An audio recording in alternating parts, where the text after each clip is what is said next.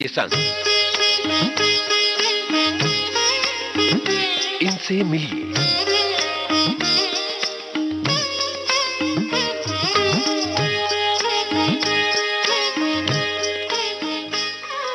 दोस्तों नमस्ते, इनसे मिलिए प्रोग्राम में आप सभी का बहुत बहुत स्वागत है। मैं हूं अमरकांत और आज मेरे साथ आ गए हैं बिल्कुल आ गए हैं गजेंद्र अमर भैया जी, हम आ गए हैं। आप पहले फटाफट में चाय मंगवा दो चाय अदरक वाली। चाय तो बाद में आएगी, पहले बिस्किट आ गए हैं। अरे अभी वो चाय में अदरक की जरा कमी है। हाँ, ये लीजिए, हाँ। ये लीजिए बिस्किट। अब पूरे खुद ही उड़ाएंगे, हमारे तरफ भी उड़ाएंगे भैया, थोड़े बचेंगे बहुत, जरूर ऐसा बचेंगे। नहीं अब ये तभी बचेंगे जब चाय आ जाएगी।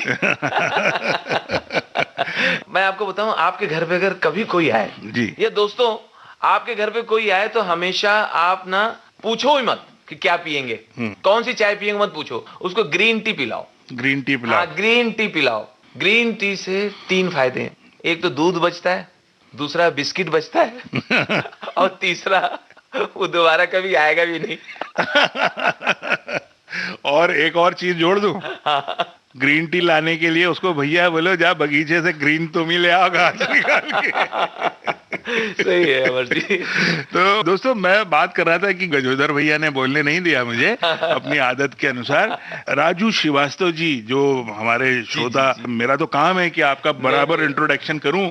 अब देखिए, ऐसा है कि ये विविध भारती परिवार से आप बड़े लंबे अरसे से गायब थे। बिल्कुल, विविध भारती से बहुत रिश्ता रहा। हाँ। और मेरे संघर्ष के दिनों में विविध भारती ने बहुत संभाला मुझे। ऐसा नहीं है, संघर्ष की बात नहीं है। गजोदर भैया, राजू श्रीवास्तव, आपके तो मतलब विविध भारती की तरफ से मैं ये कहूंगा जी कि गजोदर भैया यानी हमारे राजू भाई टॉप पे रहे हैं और अभी भी हैं। Thank you. तब भी ऐसे ही प्यार से आते थे जैसे आज आए हैं। बिल्कुल बिल्कुल, मैं आना भी चाहता हूँ। और बीच में क्या हुआ, थोड़ा टेलीविजन और ये सब चक्कर हो गया था, तो वो भी जरूरी है और विविध भारती भी जरूरी है। दोनों के बीच एक बैलेंस बनाना था।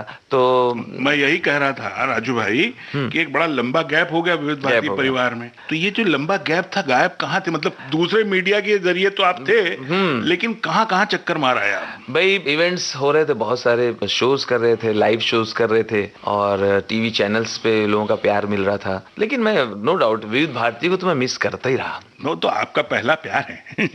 जी। और कुछ फिल्में इस दौरान रही हैं? मैंने बहुत सारी फिल्में की। मैंने प्यार किया, मैं प्रेम की दीवानी हूँ, फिर आमदनी अठन्नी खर्चा रुपया, वाह तेरा क्या कहना, और मिस्टर आजाद, बॉम्बे टू गोवा वगैरह वगैरह। लेकिन ये करते करते मुझे ये लोगों को लाइव हंसाने की आदत पड़ गई, ये नब्ज मिल गई मुझे। तो हमने कहा ये तो बेस्ट है यार, ये तो फिल्म से भी ऊपर है, बहुत ऊपर है। आप जाओ अकेले खड़े होकर परफॉर्म करो, 10,000 आदमी हंस रहे हैं। तो हमने कहा इसी को लेके चलते हैं। और बड़ा चैलेंजिंग है। और इससे एक बात मुझे याद आती है राजू भाई कि स्टैंड अप कॉमेडियंस की जो ये पूरी की पूरी जमात है, इतनी बड़ी बिरादरी है, इस पूरी बिरादरी में अगर मैं गलती नहीं कर रहा हूँ तो आप सबसे सीनियर हैं। सीनियर इंडियन वाली बात रहे तो नहीं, मैं बात दूसरी कर रहा हूँ। बाद में सीनियर जूनियर की नहीं कर रहा हूँ। मैं बात कुछ और पूछना चाहता हूँ। पूछिए। कि ये जो पहली जमात है, उस जमात में आपने वो पुराना दौर देखा हुआ है। जी जी। और आज के दौर में भी आप उसी जगह पे हैं। क्या फर्क लगता है आपको उस दौर में और आज के दौर में? देखिए, आज जो हो रहे हैं इवेंट्स, उसमें बहुत ऑर्गेनाइज हो गया है जी। अब जो कोई हमें जब इनवाइट करता है तो पहले उसका मेल आता है, फिर टर्म्स कंडीशंस आती हैं, फिर एग्रीमेंट बनता है, फिर कंफर्मेशन लेटर जाता है। माल अंदर पहले हो जाता है। हमेशा नहीं, कभी आधा आधा भी। सो उसके बाद फिर हम उस शहर पहुंचते हैं शो करने। पहले ऐसा नहीं था, पहले इतनी ऑर्गेनाइज नहीं थी। लोगों का फोन आ गया, लोगों ने बुला लिया, वही मेहरबानी। तो वो कहते थे, अरे राजू 12 तारीख, हाँ वो फला होटल, ठीक है, वहां शो है, पहुंच जाना। हम भी पहुंच जाते थे जी। अब वैसे ही मुझे एक शो याद है, मैं पहुंच गया टैक्सी से।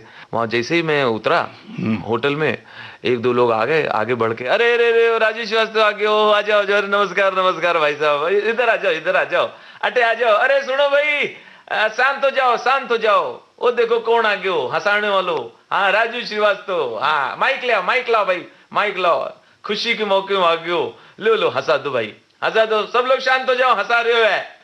और मैंने वहां 15 मिनट सुनाया, तालियां बजती रही, लोग हंसते रहे, 20 मिनट, 25 मिनट, आधा घंटा सुनाया, 40 मिनट सुना के जब मैं बाहर निकला पसीने पसीने, तो एक आदमी सूट पहने और टहलता हुआ मुझे देख के बोला, कहां थे, कब से ढूंढ रहे, कहां थे, हम परेशान हो गए, तुम थे किधर? हमने कहा अरे शो रुका हुआ है, लोग इंतजार कर रहे हैं, मुझे मरवाओगे तुम? हमने कहा शो तो हो गया, मैंने कर दिया अभी। कहाँ कर दिया? हमने इधर ये सामने हॉल में। अरे नहीं, अपना ऊपर है, सेकंड फ्लोर पे। बाद में पता चला किसी और को प्रोग्राम में कराया। जी, तो ये फर्क टेक्नो जो हो गया आज जमाना, हाँ, उसमें ऑर्गेनाइज हो गए हैं। जी जी। जहां आप एक तरफ ऑर्गेनाइज हो गए हैं तो वहां चैलेंज भी बढ़ गए हैं। बिल्कुल चैलेंज बढ़ गए। तो ये जो आज पूरा स्टैंड अप कॉमेडियंस का एक पूरा जो दौर है, अब इसमें इतने मीडियम भी आ गए हैं लोगों के पास एंटरटेनमेंट के, चाहे वो सोशल मीडिया हो, चाहे वो टीवी हो, फिल्म हो, इसमें ये स्टैंड अप कॉमेडियंस अपने आप में क्या चैलेंज महसूस करते हैं? देखिए, पहले जो स्टैंड अप कॉमेडियन होता था इंडिया में, पहले तो होता ही नहीं था, जो थोड़ा बहुत हुआ तो वो हमें इंडिपेंडेंट आर्टिस्ट कभी नहीं माना गया। अगर लोग शो रखते थे किसी सिंगर का तो मिमिक्री वाले को बीच में 5 मिनट माइक दे दिया।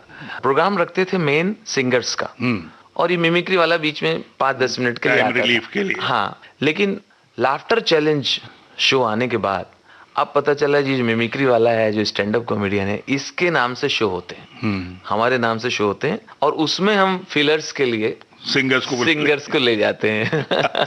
ये फर्क आया। तो एक अच्छा दौर है कॉमेडियंस का, बहुत सारे कॉमेडियंस आ रहे हैं। मुझे लगता है जितना है उतना अच्छा है, कोई इसमें इनसिक्योरिटी नहीं होनी चाहिए। जितने ज्यादा लोग रहेंगे कंपटीशन उतना होगा, उतनी क्वालिटी निकल के आएगी।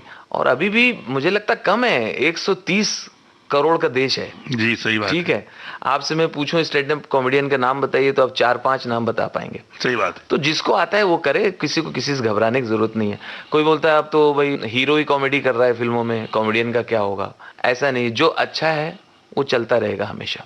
जी, अब जैसे आपने बात की कि अब हम लोग सिंगर्स को ले जाते हैं जी। फिर ले जाने से मुझे ये ख्याल आया है कि कहाँ मतलब किस किस देश में आप ये कराए हैं शो? मुझे लगता है सारी कंट्रीज हो गई होंगी जहाँ जहाँ हमारे भारतीय लोग रहते हैं। बड़े अच्छे अच्छे उनके साथ अनुभव भी हुए, प्यारे प्यारे। अभी मैं जोधपुर की बात बताऊं, जोधपुर में एक खानदान है, राजाओं का एक खानदान है, वहाँ उनके वंशज रहते हैं, तो उनको सब राजा साहब ही कहते हैं। उनके यहाँ हमारा प्रोग्राम था, हम बैठे खाना वाना खाने के लिए बैठे, तो राजा साहब बगल में बैठे हुए थे, तो उनकी घड़ी बहुत चमक रही थी, हाथ वाली घड़ी। तो मैंने उनसे कहा कि राजा साहब, आपकी ये घड़ी जो आपने बांधी है बहुत प्यारी है, बहुत सुंदर है। तो उन्होंने घड़ी उतारी और मुझे दे दी। हमने कहा जी, मैं समझा नहीं। थाने पसंद आई, थारी हो गई। मैंने कहा मतलब मुझे पसंद आई तो मेरी हो गई? बोले थाने पसंद आ गई तो थारी होगी। हमने कहा अच्छा अच्छा। हमने कहा राजा साहब, वैसे तो आपका ये महल भी बड़ा खूबसूरत है। तो बोले निकालो याने। चलिए, गनीमत है आपकी नजर से महल पे ही पड़ी थी। अच्छा, तो राजू भाई, मैं जैसे विदेशों की बात हम कर रहे थे, विदेशों में जब आप जाते हैं तो किस तरह की डिमांड होती है, यानी जो आपको सुनने वाले होते हैं जी, चाहे किस तरह की डिमांड करते हैं? चाहे अमेरिका हो, चाहे यूके, वेस्ट इंडीज या ऑस्ट्रेलिया हो, हांगकांग, बैंकॉक, दुबई, कोई भी हो। तो चूंकि जो हमारे एनआरआई लोग हैं वहाँ, उनमें एक तड़प होती है अपने हिंदुस्तानियों से मिलने के लिए। तो जब हम उनसे मिलते हैं तो उनको लगता है ये हमारे घर से आया कोई। सही बात। हाँ, एकदम लिपट जाएंगे। जब हम वापस आने लगते हैं तो उनके आंखों में आंसू होते हैं। तो वो गांव घर की बातें जब मैं करता हूँ, खेत खलिहान की, तो उसमें ज्यादा वो अटैच होते हैं। हाँ बिल्कुल, उसके साथ जुड़ जाते हैं। वैसे ये तो खासियत आपकी है ही, विदेशी क्या, आप यहाँ महानगरों में भी जब इस तरह की चीजें सुनाते हैं, आप जब यूपी के किसी गांव की कोई छोटी सी सुनाते हैं, वहाँ मैंने सुनाया है कि हमारे यहाँ जब एड्रेस पूछो तो कैसे बताते हैं, और हमने कहा आपके अमेरिका में पूछो तो कैसे बताते हैं, तो बता ही दीजिए वो जरा। तो हमने कहा हमारे कानपुर में तो बहुत टाइम है उनके पास और उनकी जिंदगी में संतोष है, तो वो सब चीज आराम से बताते हैं। मैंने एक से एड्रेस पूछा जबकि मुझे बहुत अर्जेंट थी। मैंने कहा अरे भाई साहब, ये राम अवतार कहाँ रहते हैं? राम अवतार, राम अवतार के बारे में पूछ रहे हैं? अच्छा, सुना सुना नाम लग रहा है। मतलब राम अवतार के यहाँ आपको जाना है? अच्छा अच्छा, तो मतलब काम होगा आपको कोई? तो हमने कहा राम अवतार, ये वही तो नहीं जो पेट्रोल में मिट्टी तेल मिलाते पकड़े गए रहे हैं? हमने कहा हाँ हाँ वही वही। अच्छा अच्छा, अखबार में खबर पढ़ा भैया, एड्रेस नहीं मालूम। मैंने कहा लेकिन अमेरिकन गोरों से सीखना चाहिए। गोरे पूरे डेडिकेशन के साथ समर्पित होके बताते हैं एड्रेस। मैंने एक से पूछा, हमने कहा excuse me sir, I want to go this place. मैंने उस पर्ची उसको दी तो बोला well okay yeah well you want to go Victoria Land, okay Victoria yeah Victoria Land. हमने कहा आप पहले एंजॉय कर लो। बोले no okay Victoria Land, go straight my friend, go straight and ask there. कोई फर्क नहीं है उसमें और इसमें। वैसे तो फर्क नहीं है, सिर्फ अमेरिका और यूपी का फर्क है। अच्छा अभी मेरी नजर कुछ शहरों पे गई जी। ये भी नया ही मेरा कॉमेडी आइटम है कि कॉमेडी आइटम बोलना बेटर रहता है। मैं पहले सिर्फ आइटम बोलता था। तो किसी ने उसको करेक्ट कराया, बोले नहीं कॉमेडी आइटम बोला करो। अच्छा शेक्सपियर ने कहा है कि नाम में क्या रखा है, नाम में ही सब कुछ है। हाँ नहीं, उन्होंने लिखा नाम में क्या रखा है और नीचे अपना नाम लिख दिया। तो नाम क्यों लिख दिया भाई साहब आपने? लेकिन नाम में बहुत कुछ रखा है। कुछ चीजें मैंने देखा है, कुछ नाम किसी सही जगह पे सूट करते हैं। नाम कुछ चीजों में कई जगह वो जाता है और कई जगह फिट नहीं बैठता है। जैसे ब्यूटी पार्लर है, ब्यूटी पार्लर हमेशा फीमेल नाम से अच्छा लगता है, जैसे Neha beauty parlour, Pinky beauty parlour. आज तक आपने ये कहीं लिखा हुआ नहीं देखा होगा राम प्रसाद ब्यूटी पार्लर, हो ही नहीं सकता। या ये कहीं नहीं लिखा देखा होगा कि भाई नीता हार्डवेयर जी, वहां मेल नाम हो सकता है। और कुछ नाम मुझे ऐसा लगता है जैसे उनमें एक दबंगई है।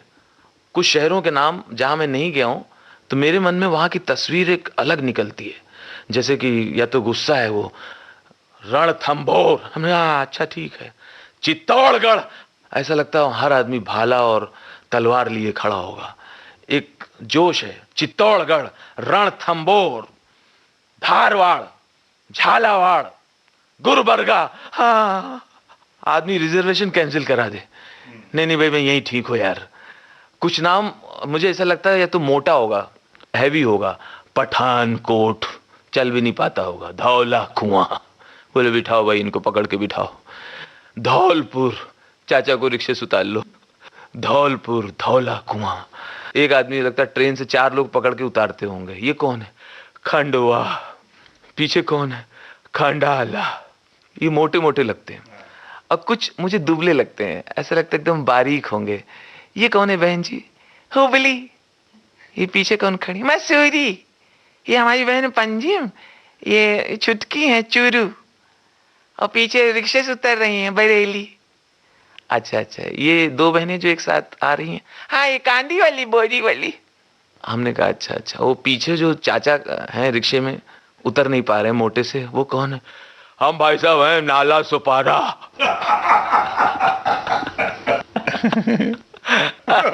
तो दोस्तों ये था आज का इनसे मिलिए प्रोग्राम।